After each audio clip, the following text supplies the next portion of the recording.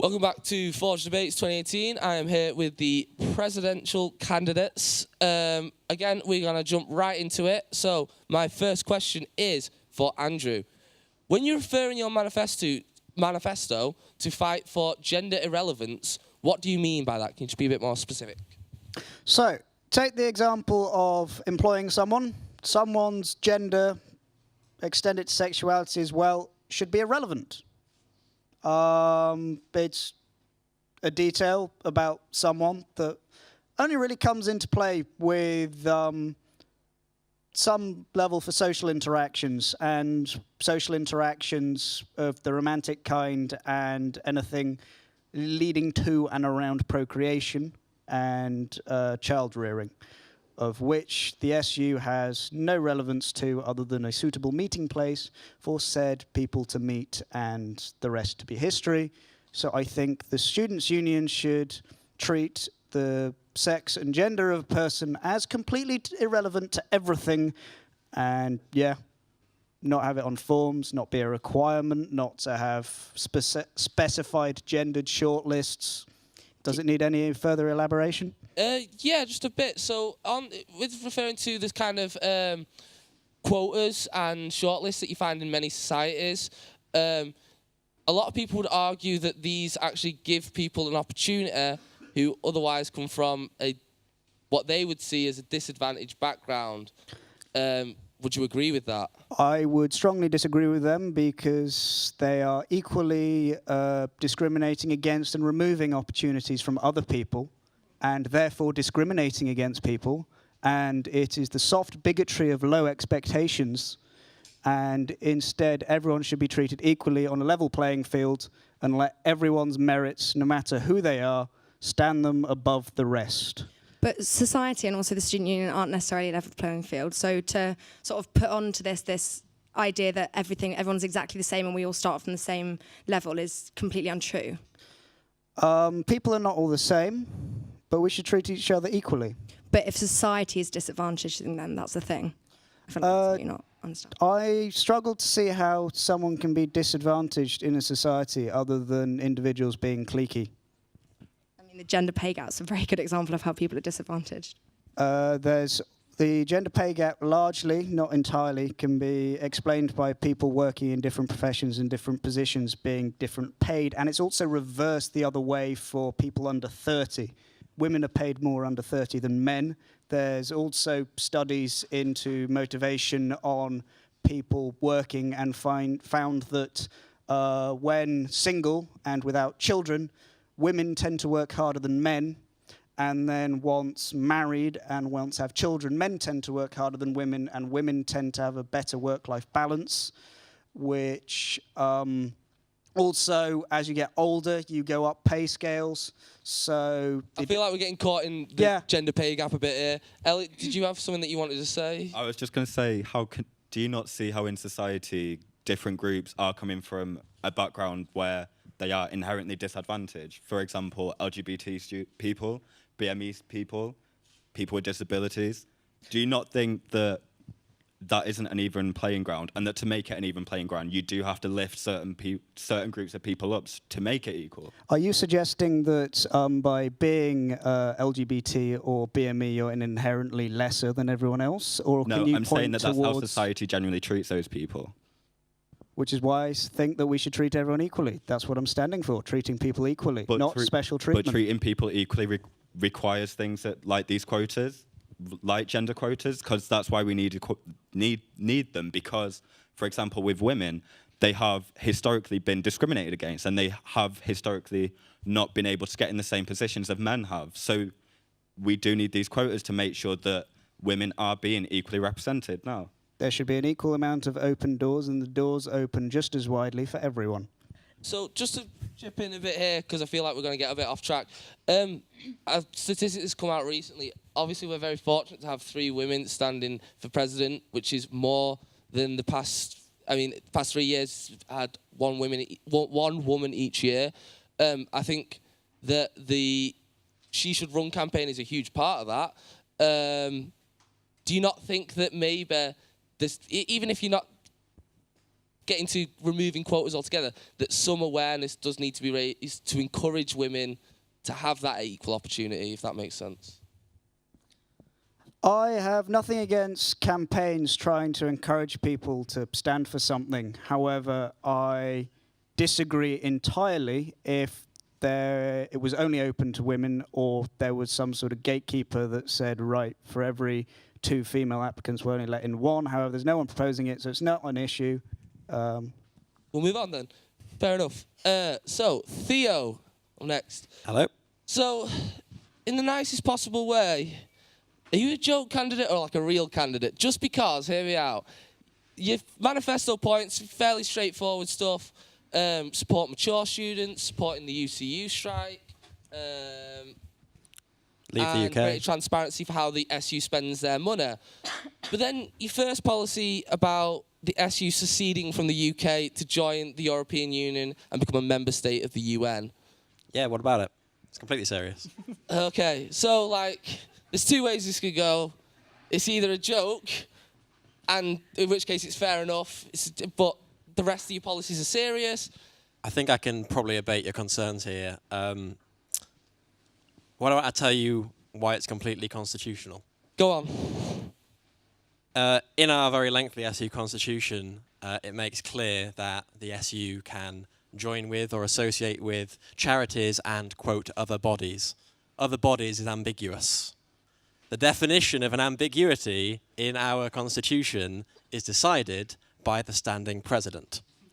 If I am elected president, I will clarify that ambiguity to mean that the EU and the UN are bodies, which they are, and therefore, constitutionally, we can join them. Okay. So bearing that in mind, even if rationally it is completely plausible, do you not worry that maybe by having that kind of policy in your manifesto, it means that people don't take you necessarily seriously or the actual process in general seriously? I would say that there is absolutely not one shred of evidence anywhere that life or this election is serious. It's a fair answer. Kara, so you want to give mental health training to societies, and you want to ban single-use plastics, and you want to focus on academic assessment. Now, to me, this sounds like a welfare officer's role, a development officer's role, and an education officer role. Do you think you can prioritise your own policies considering they would be under other officers' remits? I think so, yeah, because I think a big part of the president's role is to support the other officers. So I think it's important that your manifesto reflects that. And I know a lot of the other candidates here as well have manifesto points that equally fit in with different officers' roles. But the president is there to kind of oversee everything. And whilst I have my own interests, I am there to support the other officers. And I think having an interest in each of the different officers is really important. So, which is, I think, what my manifesto reflects. And just to follow up on that, do you think you can be an effective president by micromanaging to such an extent rather than focusing on, say, one set goal? I wouldn't call it micromanaging. I'd say, like, I think the role of president is just from, and it's kind of sad in this way, but the title of president has so much of an impact, whereas maybe the other titles might not in trying to get something done. And that's not me saying that, like, the president is the most important, because they're not. They're all equal officers. But I think speaking to like trying to lobby the university or something, I think the president would have more of an impact than maybe another officer would, which necessarily shouldn't be the case, but I think that's how it is. And I think my manifesto raised a lot of important points that need to be addressed, and I think the president's role is something that could do that, and something that I could do in that role. Do you want to say something? Yeah, you want to do a lot with the president's position. I was wondering if you could name a few of the president's constitutional roles. Yeah, so a lot of the president's role is, as well as managing their own kind of interests, it is to look at the other officers' roles. So making sure to manage a team. So which is why I think I would Sorry, I just want to clarify here. I don't mean like broad terms. I mean specific things that the president is mandated to do in the Constitution. I'm not going to quote it to you. I feel like the Constitution is a very long and boring document, and as much as knowing it from back to front is a very I was able to admirable read skill. it during the previous very long and boring debates. I quite in enjoyed its the previous entirety. debates. I enjoyed the Constitution. So do I, but it has no pictures. It's not fun. It's just in black and white. It's a bit Moving unfair. on swiftly. Okay. Shelby, you have proposed dog-friendly study spaces. Yes. Now, from a practical point of view, people have allergies. There's very little space. Who's going to clean up after the dogs? There's just a lot of problems with the actual policy itself. Do you feel like that you've kind of considered all these problems? Yeah, so just to go off the ones that you've already said, I mean, in terms of allergies, I don't know how common a dog allergy is and how severe it is. I am very allergic to dogs. Are you allergic to dogs? Okay. Well, if you take, for example, a peanut allergy, we still have peanut-based products in the union. It's just making sure that we safeguard that, and I'd push it down the appropriate avenues to do so. And in terms of logistics, I mean, it'd just have to be in a space where, I mean, you could have an easy exit, you know, and in terms of cleaning up after them, presumably the student would be a responsible poor parent and would clean up after it. Fair enough. Even still, I think practically this policy doesn't have much legs, unfortunately. It has paw.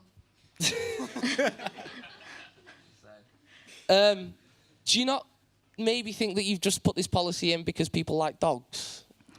Genuinely, I was having a conversation with my dog Milo when I was thinking about running for president, and genuinely, I think it would be an excellent thing for students. And there are other universities around the world that do have dog-friendly campuses, and I just think it's like uni can be a very stressful place, and I think having a dog, like I would love to have Milo here with me now because I'd be a lot less nervous. And I do, yeah, I think that having animals around you makes you a better student. You can focus more and relax. I think we can all agree that if a dog was here, we would all be much more comfortable, to be fair. So, moving on to Lillian. Mm-hmm. So, if you win, you'll be the 4th Labour chair to go on to become president. Do you think it's fair? And generally speaking, SLS members do very well in SU elections. A lot of them run on platforms together. Do you think it's fair that SLS have such a dominance over SU politics? So I'd say two things. First of all, I understand your point. I would be the 4th, but also I'm very different from those 4 people. I'm not like a mini-me of them. I've got my own very clear policies. I know exactly what I want to be doing. It's like I'm not the same person. But I also think that what it reflects is a politically engaged students' union, and I don't think that's a bad thing at all. I think Sheffield has taken the lead on many like politically sort of active campaigns, and I think that's something we should be really proud of as a students' union. And so I think it reflects a body of students that is engaged politically. We've seen that in the general election that we're engaged politically, and I don't think that's a bad thing being reflected in our students' union. I agree that being politically engaged is a good thing, and I would agree that SLS are some of the most politically engaged students here. What I was asking more is, do you think it's fair that you already have a huge society who are going to be voting in this election, like you said, they are politically engaged, and most likely are going to vote for you because they know you personally? I don't think that's guaranteed at all, but also I would say that we're all very active parts of societies, and I think you can apply that question to all of us and ask whether those societies will be voting for people. I don't think picking out Labour as one just because the predecessor being Labour has any relevance, really. Statistically, they do very, very well. I mean... But as in relating that to the voting count, you've got no way of proving that that's going to be the case. I don't, you're right. But I do, like I said, can tell you that the vast majority of Labour committee members, SLS committee members who then go on to run for election roles, do end up getting them roles. That may be the case. Yeah. Fair enough.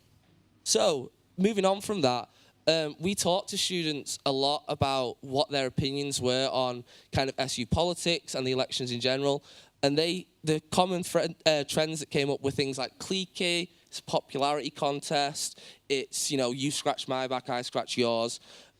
So my question to all of you is, what would you do, first of all, to kind of engage the ordinary student, particularly those who are outside of the student bubble? Do you think you can engage them? Do you think they're a lost cause? I just want to hear your views. Theo, we'll start with. I think that the best way to engage people that don't normally engage with these elections is to widen the scope of debate and bring up new ideas that maybe they'd never thought about before, like, oh, I don't know, maybe seceding from the United Kingdom. Fair point. Lillian, I can see that you wanted to say something on that. Yeah, so I was just going to say that I know that a lot of my friends feel that they don't really understand how this role relates to students, and they don't really they get this whole thing about why people run, and I've heard that a lot. But what I would say is that every time you go on a union night out, or you have lunch in the union, or you are part of one of our societies, that's something that is, you're a part of that union, and you should have a say in that union. And I think that that's the bridge we've got, this thing we've got to bridge, is that idea that actually every time you come to the union, you're engaging with its services, and you know, offices have often shaped those services. So I think it's about engaging people with that. Shelby? I think, excuse me, I think just going around and talking to people. Just today I was walking around campus and just trying to chat with people, and so many people, I'd say, do you know about the officer elections that are going on? They're really indifferent to it. So I think just sort of raising awareness of how important it is that, we have the opportunity to vote on and have our say on things that happen in the union. Kara? I think an important general population to address would be first years. I know definitely I in first year didn't know what the elections were, what the officer roles were, and it was through getting engaged in the SU that I began to understand what it was and care more about it. And I think as much as we need to make the point that it isn't just those people that are engaged with the SU that the SU is for and the SU is working for, because like Lillian said, people come in here and eat their lunch, and that might be all they do in the SU, but it still matters to them. It's that even if they just do that one thing once a week, the SU is still for them. But also, I think it's important to think about the students who just don't want to engage, because if some students just don't want to, they don't have to. Some people don't engage with the general election, and whether or not you think that's wrong or right, it shouldn't be the case that everyone has to. We should just make more people aware if they want to. Elliot? Yeah, I think the general drive behind my manifesto as a whole is probably getting students more engaged with the SU. I'm kind of coming from a different perspective than a lot of people sat here, in that I'm in my 4th year of study now, and it did take me until my 4th year of study to feel comfortable getting involved in student politics especially, but I found it such a worthwhile thing, getting involved in LGBT committee, getting involved in SU council, and I kind of want to run for president to be able to be that figure, to mobilise a wide variety of students to feel as though they do have a voice within the way our union is run, and as though they do have something worth saying. And that's kind of what a lot of my manifesto points centre around. So I do want to run workshops so people have more of an awareness of what sabbatical roles actually are and how they can partake in activism, and also kind of running a campaign to increase mature and postgrad engagement, and I'll leave it at that. That's fine. Cheers. Andrew? Well, as far as I'm aware, students are largely concerned about doing their degree, getting a decent degree to some extent, and having a social life. People don't really care who's in office in the students' union as long as they can do what they want to do. So the only thing really there is to do to help is to have better accountability and have the positions such as SU Council, who as far as I'm aware have as or more power than the officer elections, far more visible. Hence why in my manifesto I've proposed having the SU Council meetings being filmed and televised, a bit like the House of Commons. I've also spoken to the present SU president, and he said he's no issue with it. It's just a case of organising it. When you say it's a case of funding as well, though? We have cameras here. You just need a volunteer operating a camera and then I'm gonna publishing have to stop it. you there. Just to chip in, Forge did used to film them the council, and no one watched them, unfortunately. But we are going to have to end. So thank you very much for joining us. That is it from me. You can join us again at the same time, same place on Thursday, where we will be speaking to the sports candidates, the welfare candidates, the women's candidates, and one other that I cannot remember. Education. Thank you very much, crowd. In the meantime, you can keep up with all the latest election news on forgetoday.com/elections. Remember that voting opens next Monday at 10 a.m. and closes at next Thursday at 5 p.m. So make sure you get your votes in before then. Other than that, that's all from us. Thank you very much to all our candidates tonight. Cheers.